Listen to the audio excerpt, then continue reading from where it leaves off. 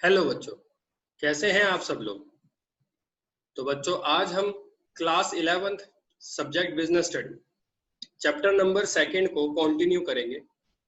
Last class में हम partnership क्या होती है, उसकी लिमिटेशंस, मेरिट्स के बारे में पढ़ चुके हैं, फीचर्स के बारे में पढ़ चुके हैं। आज हम पढ़ेंगे टाइप्स ऑफ पार्टनर। तो टाइप्स ऑफ पार्टनर को बच्चों हम स्टार्ट करते हैं। कितने तरीके के टाइप्स होते हैं पार्टनर के बच्चों? 4 तरीके के। पहला है जर्नल एक्टिव पार्टनर, दूसरा है स्लीपिंग और डॉर्मेंट पार्टनर, तीसरा सीक्रेट पार्टनर, चौथा नॉमिनल पार्टनर।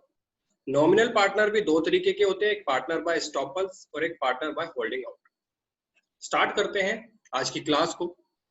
बहुत इंपॉर्टेंट क्लास है आज की, क्योंकि बच्चों एक मार्क्स में एमसीक्यू के रूप में ये क्वेश्चंस पूछे जाते हैं पेपरों में, तो इसको बहुत ध्यान से और अच्छे से सुनना।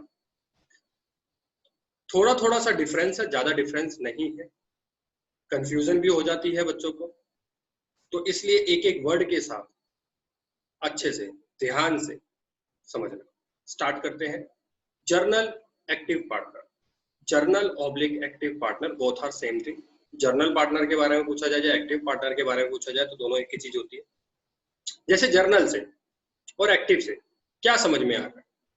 जर्नल मतलब जो आमतौर पे होता है, जैसे हम पहले भी पढ़ चुके हैं, 2 या 2 से ज्यादा लोग एक फर्म को म्यूचुअली अंडरस्टैंडिंग के साथ ओपन करना चाहे तो वो पार्टनरशिप फर्म कहलाती है। अब वो चाहे ओरल हो चाहे वो रिटर्न हो।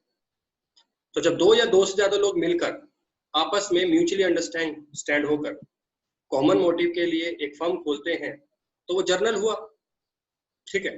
तो वही होता है general partner. Such a partner take active part in the management of the firm.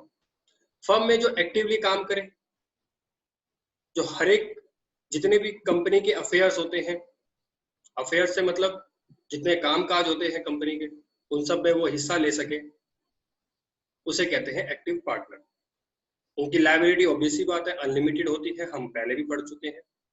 Gate shares in profit and loss, यानी कि प्रॉफिट होता है तो सब में बढ़ता है, लॉस होता है तो सब बियर भी करते हैं, और कैपिटल में भी कंट्रीब्यूट करते हैं।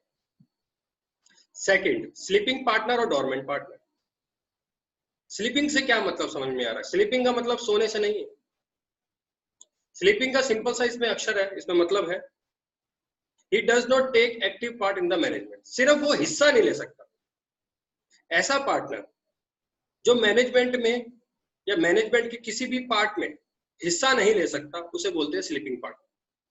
बाकी सब बिल्कुल एक्टिव पार्टनर की तरह होता है, सिर्फ वो हिस्सा नहीं ले सकता। इन्वेस्ट भी करता है पैसा, प्रॉफिट और लॉस में, मतलब प्रॉफिट हो तो लेता भी है, लॉस हो तो बियर भी करता है, और लायबिलिटी भी उसकी अनलिमिटेड होती है। सब कुछ होता है, सिर्फ वो हिस्सा नहीं ले सकता। इतना ही अंतर है जर्नल में और स्लीपिंग में, ठीक है बच्चों। तो कंफ्यूज मत होना अगर डोरमेंट पार्टनर भी बोल दें तो। डोरमेंट पार्टनर और sleeping partner both are same thing. Third, secret partner. Secret से आपको समझ में आ रहा होगा, सीक्रेसी यानी कि छुपा के रखना। अब इसको किसी को कमरे में तो बंद नहीं कर दिया होगा कि हाँ भाई कमरे में बंद कर दिया, हाँ छुपा के रखना है। लोगों को बिना बताए कि ये हमारा पार्टनर है, लोगों को पता नहीं है, जनरल पब्लिक को पता नहीं है कि ये भी पार्टनर है इस फर्म का, उसे कहते हैं secret partner. He participate in business secretly. Business के अंदर वो हिस्सा लेता है, पार्टिसिपेट करता है, बट छुप कर, किसी को पता नहीं होता, बिना बताए। Without disclosing his association with the firm to the public general public को बिना डिस्क्लोज किए कि हाँ ये भी एक पार्टनर है फर्म का। बाकी उसकी लायबिलिटी अनलिमिटेड होती है और कंट्रीब्यूट भी करता है कैपिटल में। Next, nominal partner. Nominal partner he is not the real partner of partner, यानी कि पार्टनरशिप में एक तरीके से वो रियल नहीं होता, रियल पार्टनर की तरह बिहेव नहीं करता। पार्टनर होता है बट रियल पार्टनर की तरह बिहेव नहीं करता। वो अपना नाम देता है। क्यों नाम देता है? ताकि उस फर्म को बेनिफिट हो उसके नाम पर, उसकी गुडविल पर, उसकी रेपुटेशन पर, जो मार्केट में उसकी रेपुटेशन बनी हुई है उसका नाम ले ले, उसका नाम लेने से उसको बेनिफिट हो जाए। उसको कहते हैं नॉमिनल पार्टनर। ही नाइदर इन्वेस्ट मनी, वो किसी भी तरीके का पैसा इन्वेस्ट नहीं करता, नो टेक्स प्रॉफिट, और प्रॉफिट भी नहीं लेता, but his liability is unlimited. अब आप कहोगे कि प्रॉफिट तो लेता नहीं है, फिर उसकी लायबिलिटी क्यों अनलिमिटेड होती है? उसके पीछे रीजन क्या होता है? क्योंकि मार्केट में ये पता होता है कि जो कंपनी चल रही है वो उसके नाम से चल रही है, उस बंदे की गुडविल है, उस बंदे के रेपुटेशन पर, मार्केट पर वो टिका हुआ है। तो अगर कंपनी, अगर फर्म पैसा चुकाने में असमर्थ होती है तो किसके पास जाएंगे हम? उसके पास जिसके नाम पर चल रही है फर्म। तो यानी कि उस नॉमिनल पार्टनर के पास जाएंगे पैसा मांगने के लिए, जब वो पैसा ना दे सके फर्म, क्योंकि उसके नाम पर ही फर्म चल रही है। तो his liability is unlimited towards the third party. He will liable to outsider for डेप्ट, यानी कि किसी भी तरीके का कोई भी डेप्ट हो वो चुकाएगा ही चुकाएगा, वो देगा ही देगा। क्यों? क्योंकि उसी के नाम से फर्म चल रही है। नॉमिनल पार्टनर के दो टाइप्स हैं, पार्टनर बाय स्टॉपल्स और partner by holding out. Partner by estoppel से क्या मतलब है? He is the one who by his word and conduct gives impression to the outsider world that he is a partner of the firm. वो अपने आप खुद साबित करता है, या उसके खुद के वर्ड्स होते हैं, या इस तरीके से वो शो करता है कि इस फर्म का मैं पार्टनर हूं। मतलब जो भी व्यक्ति इस तरीके से ट्रीट करे, या इस तरीके से शब्द बोले, वर्ड्स बोले, या उसके कुछ इस तरीके से इंप्रेशन दे वर्ल्ड में, आउटसाइड वर्ल्ड में, मतलब बाहर, कि मैं इस फर्म का पार्टनर हूं, एक्चुअली में वो है नहीं, लेकिन वो अपने शब्द से बोल रहा है कि हाँ मैं पार्टनर हूं, तो वो पैसा चुकाने में, पैसा चुकाएगा। मतलब किसी भी तरीके का कोई भी डेप्ट होगा, कोई भी लायबिलिटी होगी, तो वो लायबल होगा पे करने में। तो his liability is unlimited towards the third party. Next, partner by holding out. अब ऊपर वाले में और नीचे वाले में फर्क क्या है? ऊपर वाले में अपने आप बोल रहा है, अपने वर्ड्स खुद बयां कर रहा है, या इस तरीके से इंप्रेशन दे रहा है कि हाँ मैं पार्टनर हूं फर्म का। लेकिन नीचे वाले में क्या कह रहा है कि वो खुद से नहीं बोल रहा है कि मैं पार्टनर हूं। लेकिन अगर दूसरा बंदा बोले कि ये पार्टनर है तो कोई ऑब्जेक्शन भी नहीं है, वो है, ठीक है। Who does not call himself as partner but does not object when other call him partner। किसी भी तरीके का कोई भी ऑब्जेक्शन नहीं उठा सकता कोई भी, अगर कोई थर्ड व्यक्ति उसको बोले कि तू पार्टनर है। और नीचे वही लिखा है, लायबल टू पे डेप्ट which firm gets by using his name, यानी कि उसका नाम इस्तेमाल कर रही है, इसलिए वो भी लायबल होगा डेप्ट का, ठीक है। तो ये थे हमारे टाइप्स ऑफ पार्टनर, चार तरीके के थे, active partner, sleeping partner, secret partner, nominal partner. Nominal partner के दो टाइप्स, पार्टनर बाय स्टॉपल्स और partner by holding.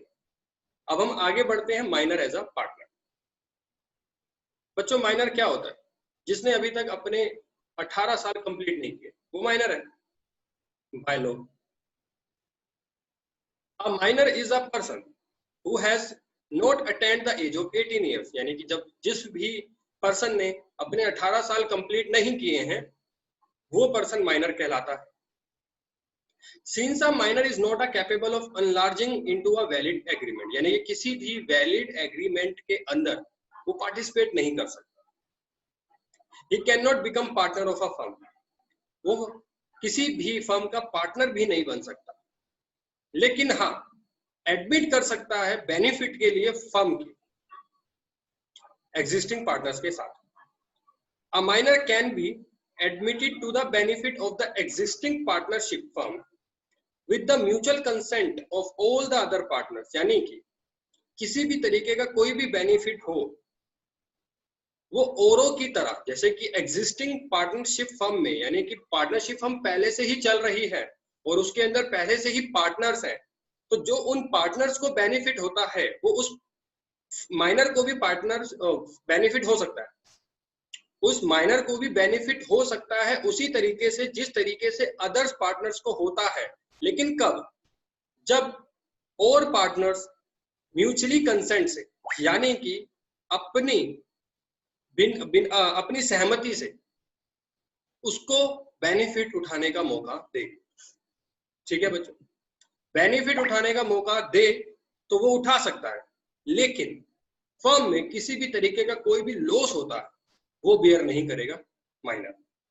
He can not be asked to bear the loss, loss को बियर नहीं कर सकता। He will not be eligible to take an active part in the management of the firm, यानी कि firm के किसी भी management में वो हिस्सा नहीं ले सकता। ठीक है बच्चों, तो ये था माइनर पार्टनर। अब हुआ क्या, उसको तो एडमिट कर लिया बेनिफिट के लिए, अब वो 18 साल से ऊपर भी हो गया, तो उसको नोटिस देना पड़ेगा किस बात का, इस बात का कि क्या मैं इस पार्टनरशिप को कंटिन्यू करूं या इस पार्टनरशिप को खत्म करूं। अगर वो नोटिस नहीं देता, बच्चों ये मैंने लिखा, ये लिखा हुआ नहीं है लेकिन मैं आपको बता रहा हूं तो इसको ध्यान में रखना या कहीं लिख लेना। अब वो 18 साल का कंप्लीट होने के बाद उसको नोटिस डालना पड़ेगा कि क्या, मतलब उसको नोटिस किस बात का डालना पड़ेगा कि इसको कंटिन्यू करना है या इसको फिनिश करना है। ठीक है, अगर वो नोटिस नहीं डालता, अगर वो नोटिस नहीं डालता तो वो ऑटोमेटिकली एक्टिव पार्टनर की तरह बिहेव करने लगेगा, उसकी लायबिलिटी भी अनलिमिटेड हो जाएगी। प्रॉफिट और लॉस में, यानी कि प्रॉफिट होगा तो डिस्ट्रीब्यूट होगा, लॉस होगा तो बियर भी करना पड़ेगा अगर नोटिस नहीं देता है तो। और अगर नोटिस दे देता है कि मुझे इसको खत्म करना, मतलब मैं आगे कंटिन्यू नहीं करना चाहता या मैं इसको कंटिन्यू करना चाहता हूं, अगर नहीं देता नोटिस तो वो ऑटोमेटिकली वो पार्टिसिपेट यानी कि एक्टिव पार्टनर की तरह ट्रीट करने लग जाएगा। ठीक है बच्चों, तो इसको ध्यान में रखना अगर वो 18 साल का कंप्लीट हो जाता है तो। आगे टाइप्स ऑफ पार्टनरशिप हम बात करेंगे on the basis of liability के। लायबिलिटी की बेस पर हम बात करेंगे टाइप्स ऑफ पार्टनरशिप के बारे में। जर्नल पार्टनरशिप होती है और एक लिमिटेड पार्टनरशिप होती है। जर्नल मतलब वही आमतौर पे जहां पर रजिस्ट्रेशन, फर्म का रजिस्ट्रेशन ऑप्शनल होता है, उसको बोलते हैं journal partnership. This liability of partners is limited and jointly, यानी कि जो यहाँ पर लायबिलिटी होती है पार्टनर की वो एक तो लिमिटेड होती है और ज्वाइंट होती है। दूसरा, जो फर्म की रजिस्ट्रेशन होता है वो ऑप्शनल होता है, कराओ या मत करो आपके ऊपर है। लिमिटेड पार्टनरशिप में the liability at least one partner is unlimited. Limited partnership में किसी एक व्यक्ति की जो लायबिलिटी होती है वो अनलिमिटेड होती है और पार्टनरशिप के मुकाबले, और उसमें रजिस्ट्रेशन कंपलसरी होता है। लिमिटेड लायबिलिटी में या लिमिटेड पार्टनरशिप में फर्म का रजिस्ट्रेशन कंपलसरी होता है, मैंडेटरी होता है, और किसी एक व्यक्ति की जो लायबिलिटी होती है दूसरे पार्टनर्स के मुकाबले, या मैं इस बात को इस तरीके से कहूं कि एक पार्टनर की, एटलीस्ट एक पार्टनर की जो लायबिलिटी होती है अदर्स पार्टनर के कंपैरेटिवली वो अनलिमिटेड होती है, उसको बोलते हैं लिमिटेड पार्टनरशिप। अब हम पढ़ेंगे पार्टनरशिप डीड। पार्टनरशिप डीड क्या होती है, ये सबसे इंपॉर्टेंट है इस चैप्टर के पॉइंट ऑफ व्यू से। क्यों? क्योंकि जब हम लिमिटेड पार्टनरशिप की बात करेंगे तो उसके अंदर रजिस्ट्रेशन तो कंपलसरी है, तो जब रजिस्ट्रेशन कंपलसरी है तो उसके लिए पार्टनरशिप डीड बनती है। अब जब पार्टनरशिप डीड बनती है तो उसके अंदर क्या क्या आता है उसके बारे में भी पता होना जरूरी है। तो the written agreement on a stamped paper, यानी कि स्टैम्प्ड पेपर में रिटन एग्रीमेंट होता है जिसमें स्पेसिफाई लिखा हुआ होता है टर्म्स एंड कंडीशन पार्टनरशिप, उसको बोलते हैं पार्टनरशिप डीड। यानी कि जिस स्टैम्प्ड पेपर में रिटन एग्रीमेंट होता है और उसमें टर्म्स एंड कंडीशंस लिखी हुई होती हैं पार्टनरशिप की, उस पार्टनरशिप स्टैम्प्ड पेपर को पार्टनरशिप डीड कहते हैं। अब उसके अंदर आता क्या क्या है वो सबसे इंपॉर्टेंट बात है, कुछ चीज छूटनी नहीं चाहिए, छूट गई तो इनवैलिड हो जाता है। सबसे पहले फर्म का नाम, नेम ऑफ द फर्म। दूसरा, location, address of the firm, यानी कि कहाँ खोल रहे हो। Duration of the business, business की ड्यूरेशन क्या है। Investment made by each partner, कि कितना इन्वेस्ट कर रहा है यानी कि हर एक पार्टनर का इन्वेस्टमेंट लिखा जाए कि किसी ने 1 लाख किया, किसी ने 50,000 किया, किसी ने 2 लाख किया, किसी ने 3 लाख किया, सबका लिखा जाए पार्टनरशिप डीड में। प्रॉफिट शेयरिंग रेशियो भी लिखा जाए। अब प्रॉफिट शेयरिंग रेशियो जो होता है वो तय किया जाता है कैपिटल के पॉइंट ऑफ व्यू से या फिर म्यूचुअल अंडरस्टैंडिंग से। Terms relating to salary, salary के बारे में उसमें लिखा होना चाहिए कि किस पार्टनर को कितनी सैलरी देनी है, या सबको बराबर देनी है, या जिसने ज्यादा दिया है कैपिटल में उसको ज्यादा मिलनी चाहिए। ड्राइंग्स के बारे में कि कौन कितना पैसा निकाल सकता है। Interest on capital, interest on drawing के बारे में पार्टनर के, किसी ने पैसा निकाला तो उसके ऊपर कितना इंटरेस्ट ऑन ड्राइंग होना चाहिए। अगर किसी ने पैसा ज्यादा दिया है कैपिटल में तो उसको कितना इंटरेस्ट ऑन कैपिटल देना चाहिए। तो ये सारी बातें पार्टनरशिप डीड में लिखी हुई होती है। Duties and obligation of partner, partners के कर्तव्य, ड्यूटीज, सब कुछ लिखा होता है। टर्म्स गवर्निंग एडमिशन, कब कौन एडमिट हो सकता है, न्यू पार्टनर एडमिशन ले सकता है या नहीं ले सकता। रिटायरमेंट के बारे में, expulsion of the partner, preparation on of account and their auditing, यानी कि अकाउंट्स कौन प्रिपेयर, मतलब अकाउंट्स किस तरीके से प्रिपेयर होगा, ऑडिटिंग के बारे में लिखा जाता है। और अगर किसी भी तरीके का कोई भी डिस्प्यूट हो जाए तो उसके मेथड लिखे होने चाहिए सॉल्व करने के, कि जो भी आपके डिस्प्यूट्स यानी कि आपसी में मतभेद हुए हैं उसको किस किस तरीके से सॉर्ट आउट किया जाता है, वो भी सब पार्टनरशिप डीड में लिखा हुआ होता है। अब रजिस्ट्रेशन ऑफ पार्टनरशिप, पार्टनरशिप का रजिस्ट्रेशन, जैसे कि मैंने ऊपर बात करी थी, अगर जर्नल है तो रजिस्ट्रेशन कंपलसरी नहीं होता। तो registration is not compulsory, it is optional, but it is always beneficial to get the firm registered, यानी कि बेनिफिट सिर्फ उसी को मिलेगा जो रजिस्टर्ड होगा, जो रजिस्टर्ड नहीं होगा उसको किसी तरीके का कोई भी बेनिफिट नहीं मिलेगा। अगर किसी भी तरीके से आपके डिस्प्यूट्स होते हैं तो आपसी में सहमत, आपसी में मतलब सॉर्ट आउट करो उसको, बाहर कोई कोर्ट वोर्ट में जाकर आप उसके लिए क्लेम करेंगे या ऑब्जेक्शन उठाना, वो नहीं होगा वैलिड, क्योंकि रजिस्ट्रेशन नहीं है, आपने ओरली किया है और म्यूचुअल अंडरस्टैंडिंग से किया है। लेकिन रजिस्ट्रेशन है तो आपको बेनिफिट हर चीज का मिलेगा, आपकी सुनवाई होगी। The consequences of non-registration of a firm are as follow, which means अगर आपकी फर्म रजिस्टर्ड नहीं है तो आपको किस किस तरीके से मतलब कंसिक्वेंसेस झेलने पड़ेंगे। पहले तो अनरजिस्टर्ड जो फर्म होती है वो कभी भी फाइल नहीं कर सकती किसी भी पार्टनर के विरुद्ध या किसी भी फर्म के विरुद्ध, ठीक है। अगर 3 पार्टनर है, किसी एक ने धोखा दे दिया तो आप उसके अगेंस्ट कोई सूट फाइल नहीं कर सकते कोर्ट में। आपने किसी फर्म के साथ बिजनेस किया, उसने आपको धोखा दे दिया, फर्म ने आपको धोखा दे दिया, तो भी आप सूट फाइल नहीं कर सकते क्योंकि आपकी फर्म रजिस्टर्ड नहीं।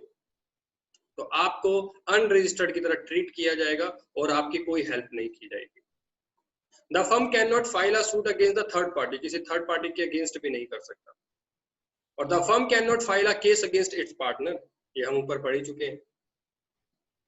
अब हम आगे पढ़ेंगे कोऑपरेटिव सोसाइटी। कोऑपरेटिव सोसाइटी किसे कहते हैं? A cooperative society is a voluntary association of a person of moderate means who unite together to protect and promote their common economic interest। यानी कि एक तरीके से मैं अगर आपसे बात करूं तो ये इस तरीके की सोसाइटी होती है जो सब एक इकट्ठे होकर प्रोटेक्ट और प्रमोट अपने कॉमन इकोनॉमिक इंटरेस्ट को एक वॉलंटरली मिलकर एक फर्म बनाते हैं या एक ऐसी सोसाइटी बनाते हैं जो सोशल वर्क के लिए ज्यादा महत्व रखते हैं। और जो इनका मोटिव होता है वो पैसा कमाना, ज्यादा पैसा कमाने का नहीं होता। इसके फीचर्स पढ़ते हैं। वॉलंटरी एसोसिएशन का मतलब क्या होता है? Everyone having a common interest is free to join, मतलब इंटरेस्ट हो तो आप फ्रीली ज्वाइन हो जाओ कोऑपरेटिव सोसाइटी में, and can also leave the society, और आप छोड़ भी सकते हो। मतलब इसमें आपकी पूरी तरीके से सहमति होती है। अगर आप ज्वाइन होना चाहो तो ज्वाइन हो सकते हो, छोड़ना चाहो तो छोड़ भी सकते हो, एक प्रॉपर नोटिस देने के बाद। लीगल स्टेटस, ऑब्वियस सी बात है, कोऑपरेटिव सोसाइटी को रजिस्टर्ड होना जरूरी है। It's registration is compulsory and it gives it's a separate legal identity, यानी कि इसकी खुद की एक सेपरेट लीगल आइडेंटिटी होती है। Limited liability, the liability of the member, जैसे कि मैंने बोला कोऑपरेटिव सोसाइटी जो है एक सोशल वर्क की तरह होती है, सोशल वर्कर मतलब सोशल के लिए, समाज के लिए काम करने के लिए होती है, तो उसमें मेंबर्स बनते हैं, जिसमें लायबिलिटी जो होती है वो लिमिटेड होती है, क्योंकि प्रेशर नहीं कर सकते किसी के ऊपर भी। तो लायबिलिटी जो होती है, मेंबर्स होते हैं तो लायबिलिटी तो होगी होगी लेकिन limited, to the extent of their capital contribution in the society. होता है democratic control, democratic control, management and control lies with the managing committee. एक कमेटी बिठाई जाती है, तो कोई कंट्रोल करना होता है तो उस कमेटी के अंदर होता है, उसका एक, अगर मैं बात करूं तो उसका एक हेड होता है, उसके द्वारा जो भी डिसीजन लिया जाता है सोसाइटी के अंदर वो वैलिड होता है। लेकिन हेड जो होता है वो ऐसे नहीं चुना जाता, वो वोटिंग के द्वारा, मेंबर के वोटिंग के द्वारा इलेक्ट किया जाता है, और हर एक मेंबर को एक ही वोट डालने का अधिकार होता है। ठीक है, तो ये है डेमोक्रेटिक कंट्रोल। अगर किसी को पसंद नहीं है वो व्यक्ति, काम अच्छा नहीं कर रहा, तो दोबारा से वोटिंग कर लो, जैसे कि डेमोक्रेटिक में होता है। आपको डेमोक्रेटिक कंट्री के बारे में सुनते ही आए हो, हमारा देश जो है वो डेमोक्रेटिक कंट्री है, तो उसी तरीके से जो कोऑपरेटिव सोसाइटी होती है उसके अंदर डेमोक्रेटिक कंट्रोल। सर्विस मोटिव, जैसे कि मैंने आपको पहले ही बोला था कि इसका जो मेन मोटिव होता है वो सर्विस होता है, इसमें ज्यादा पैसे कमाने का, ज्यादा प्रॉफिट कमाने का मतलब इंटरेस्ट नहीं होता। Bound by governments rule, government rules में, गवर्नमेंट रूल के बाउंड होते हैं, मतलब कि उन्हीं के दायरे में काम करते हैं गवर्नमेंट के रूल्स पर। They have to be tied by the rules and regulation framed by the government for them, यानी कि उनके लिए जो गवर्नमेंट ने रूल्स एंड रेगुलेशन बनाए हुए थे उन्हीं को फॉलो करते हैं वो। एंड डिस्ट्रीब्यूशन ऑफ सरप्लस, जैसे कि मैंने आपको बताया प्रॉफिट मोटिव नहीं होता और सोशल, समाज के लिए काम करना होता है। जब समाज के लिए कोई भी काम करते हो तो सरप्लस होता है, प्रॉफिट नहीं होता, इस बात का ध्यान रखना। जब समाज के लिए, जैसे कि अगर मैं बात करूं एनजीओ की, तो एनजीओ जो होता है वो कोऑपरेटिव सोसाइटी में ही आती है। तो एनजीओ का जो मोटिव होता है वो भी प्रॉफिट अर्न करना नहीं होता।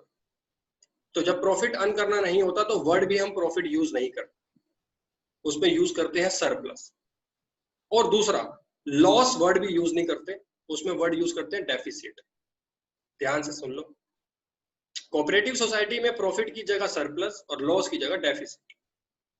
तो distribution of surplus, the profit is distributive, यानी कि जो प्रॉफिट होता है उसको सरप्लस बोला जाता है। यहाँ पर the profit is distributed on the basis of volume of business transacted by the member, यानी कि मेंबरों के द्वारा जितना बिजनेस ट्रांसैक्ट किया गया है उसके आधार पर प्रॉफिट को डिस्ट्रीब्यूट किया जाता है, सरप्लस को डिस्ट्रीब्यूट किया जाता है।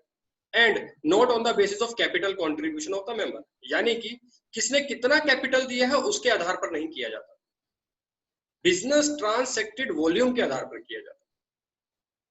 Merits, excise of formation, it can be started minimum of 10 members, यानी कि अगर मैं बात करूं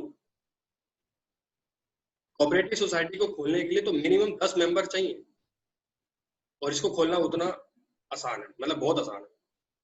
registration is also easy as it require very few legal formation, यानी कि कुछ ही कानूनी रिक्वायरमेंट्स होती हैं डॉक्यूमेंट्स की, वो फुलफिल कर दो तो आपकी कोऑपरेटिव सोसाइटी खुल जाती है। जैसे कि ऊपर भी बात करी थी, जो लायबिलिटी होती है वो लिमिटेड होती है। Stable existence due to registration is a separate legal entity, यानी कि इसकी एक अलग से खुद की पहचान होती है। मरने पर कोई प्रभाव नहीं पड़ता सोसाइटी पे, कोई अमीर है गरीब है इस पे कभी कोई प्रभाव नहीं पड़ता सोसाइटी पे। या insolvency of any of its member, यानी कि किसी के इंसॉल्वेंट होने पर भी इस पर कोऑपरेटिव सोसाइटी पे प्रभाव नहीं पड़ता। चौथा, economic in operation due to elimination of middleman, यानी कि ये बीच के जो लोग होते हैं उसको हटाती है। And voluntary service provided by its member, मेंबरों के द्वारा अपनी इच्छा अनुसार सर्विस प्रोवाइड कराते हैं, मिडलमैन को हटाते हैं। गवर्नमेंट सपोर्ट, ये सबसे इंपॉर्टेंट है और सबसे हेल्प भी है, हेल्पफुल भी है एक कोऑपरेटिव सोसाइटी के लिए कि गवर्नमेंट का सपोर्ट होता है। Government provide support by giving loan देकर, लोअर इंटरेस्ट पर, सब्सिडीज यानी कि छूट देकर, और बाय चार्जिंग लेस टैक्स यानी कि टैक्स को कम करके हेल्प करती है कोऑपरेटिव सोसाइटी की। छठा, social utility. It promotes personal liberty, social justice, mutual cooperation. They help to prevent concentration of economic power in few hands. Next, limitation. Shortage of capital. भाई capital की shortage होती है क्योंकि अपनी इच्छा अनुसार पैसा देते हैं, कोई बर्डन नहीं होता, तो कोई कम दे रहा है, कोई ज्यादा दे रहा है, तो किसी को कुछ बोल नहीं सकते हैं।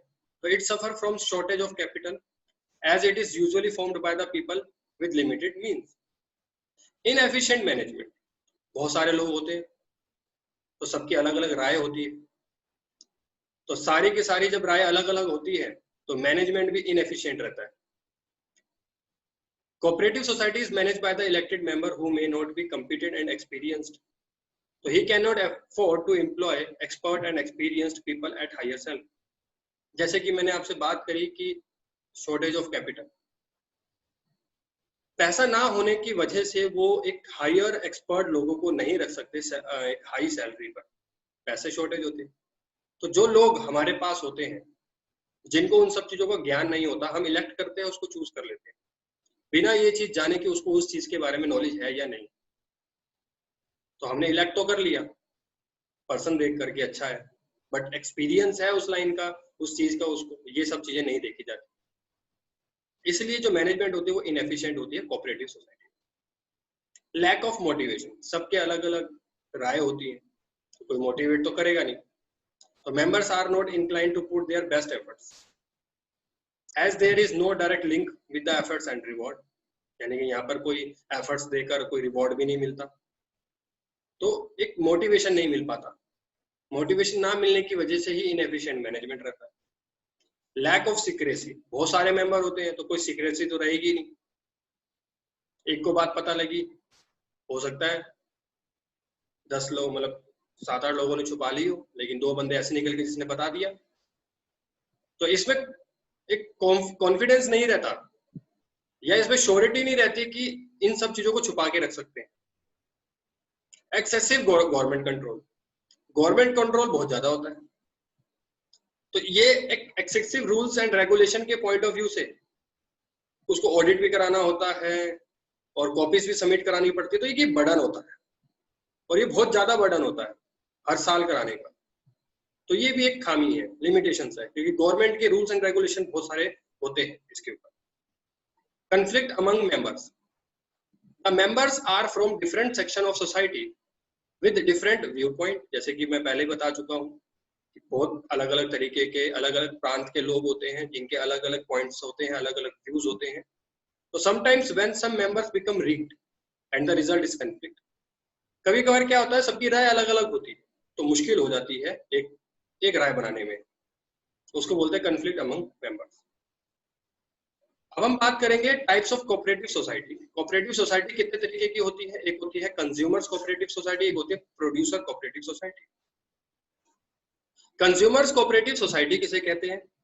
It is form to protect the interest of consumer, यानी कि कंज्यूमर्स के जो इंटरेस्ट होते हैं उसको प्रोटेक्ट करती है। It seeks to eliminate middleman by establishing a direct link with the producer. Consumer का प्रोड्यूसर से डायरेक्ट लिंक बनवा देती है जिसकी वजह से मिडलमैन एलिमिनेट हो जाता है। जो डेली कंजम्पशन की परचेजेस होती हैं वो डायरेक्टली मैन्युफैक्चरर से या होलसेलर से खरीद कर डायरेक्टली सेल कर देती है मेंबर्स को रीजनेबल प्राइस पर। इसे बोलते हैं कंज्यूमर्स कोऑपरेटिव सोसाइटी। हेल्प भी कर रही है ना कम उसमें मार्जिन में। Producer cooperative society, the main aim is to help small producer. यहाँ पर प्रोड्यूसर कोऑपरेटिव सोसाइटी को बड़े बड़े लोगों, बड़े बड़े प्रोड्यूसर से हेल्प करने का नहीं है, स्मॉल स्मॉल प्रोड्यूसर, यानी कि जिन्होंने अभी बिजनेस शुरू किया है या जिनका टर्नओवर बहुत ज्यादा नहीं है या ज्यादा मार्केट में उसकी मतलब वैल्यू भी नहीं है। वैल्यू का मतलब ज्यादा पहचान नहीं है, ज्यादा जानते नहीं है, तो the main aim is to help small producer who can not easily collect various item of production, यानी कि प्रोडक्शन करने के लिए ज्यादातर आइटमों को ढूंढ नहीं पाते हैं या इकट्ठा नहीं कर पाते हैं, जो face some problem in marketing, यानी कि मार्केटिंग करने में प्रॉब्लम फेस करते हैं। तो जो सोसाइटी होती है इनकी, वो रॉ मटेरियल को, टूल्स को, इक्विपमेंट को और अदर आइटम्स को लार्ज क्वांटिटी में खरीदती है इन प्रोड्यूसर्स के लिए, स्मॉल प्रोड्यूसर्स के लिए, and provide this thing to member at a reasonable price, और रीजनेबल प्राइस पर उनको प्रोवाइड कर देती है। Marketing cooperative society, it perform various marketing functions such as transportation, warehousing, packaging, grading, marketing research, इन सब के ऊपर परफॉर्म करती है मार्केटिंग कोऑपरेटिव सोसाइटी, जो कि प्रोवाइड करवाती है बेनिफिट ऑफ द मेंबर्स को।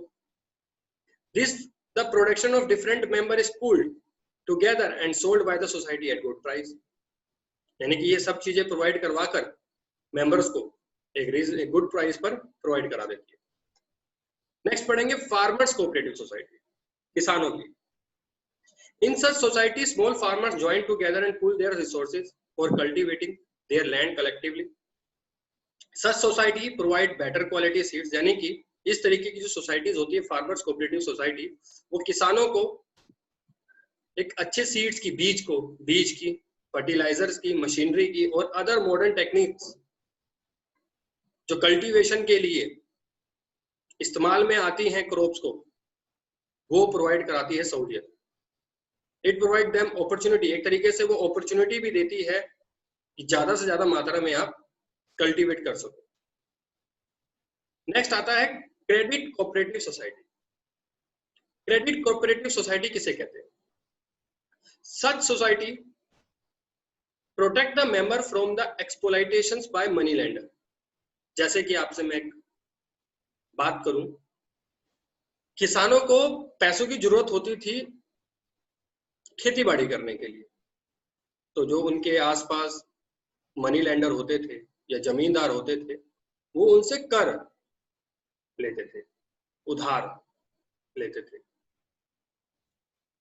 और जो उनका ब्याज होता था वो बहुत ज्यादा होता था, उनका इंटरेस्ट बहुत ज्यादा होता था, इतना ज्यादा होता था कि वो चुका ही नहीं पाते। 20-20%, 30-30% जमीन भी मांग लिया करते थे, या ये भी कह देते थे जितनी आप उगाई करोगे, यानी कि जितनी आप खेती बाड़ी करोगे, जितना निकलेगा उतना आधा मुझे दे देना, उसका आधा मतलब। तो बहुत मुश्किल होता था फार्मर्स के लिए उधार पे लेना, और ना ले तो वो काम नहीं कर सकते थे, तो लेना ही पड़ता था, मजबूरी का फायदा उठाते थे मनी लेंडर्स। तो क्रेडिट कोऑपरेटिव सोसाइटी में ने मनी लेंडर्स को खत्म किया, जमींदार को खत्म किया, तो खुद बढ़ चढ़कर आगे आए, लोन दिया मेंबर्स को इजी टर्म्स एंड कंडीशन पर और रीजनेबल रेट्स पर, जिससे कि फार्मर्स को बहुत सारा फायदा होने लगा। Last, cooperative housing society. The main aim is to provide house to people with limited means, income at reasonable price.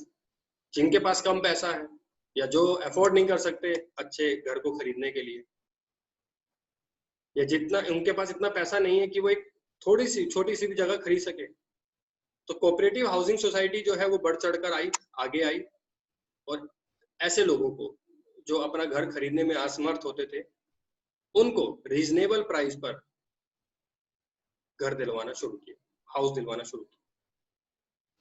अब हम बात करेंगे ज्वाइंट स्टॉक कंपनी की। लेकिन बच्चों, आज हमने पार्टनरशिप के टाइप्स पढ़े, पार्टनर्स के टाइप पढ़े, पार्टनरशिप के टाइप्स पढ़े, और हमने कोऑपरेटिव सोसाइटी पढ़ी। पहले तो आप इन सब चीजों को अच्छे से समझ लो, क्योंकि एक छोटी छोटी चीजों की वजह से मिक्स हो जाएगा, तो मैं नहीं चाहता कि आपका मिक्स हो। ये ज्वाइंट स्टॉक कंपनी जो है हम नेक्स्ट क्लास में पढ़ेंगे। पहले जितना मैंने अभी आज आपको समझाया है, इसको अच्छे से ध्यान से समझ लीजिए। कोई भी डाउट होता है किसी भी तरीके का, आप मेरे से डिस्कस करिएगा, ठीक है बच्चों? तो नेक्स्ट क्लास में मिलते हैं ज्वाइंट स्टॉक कंपनी के साथ, और तब तक के लिए आप इसको ध्यान से अच्छे से पढ़ लीजिएगा। कोई भी डाउट हो मेरे से डिस्कस करिएगा, ठीक है बच्चों? बाय।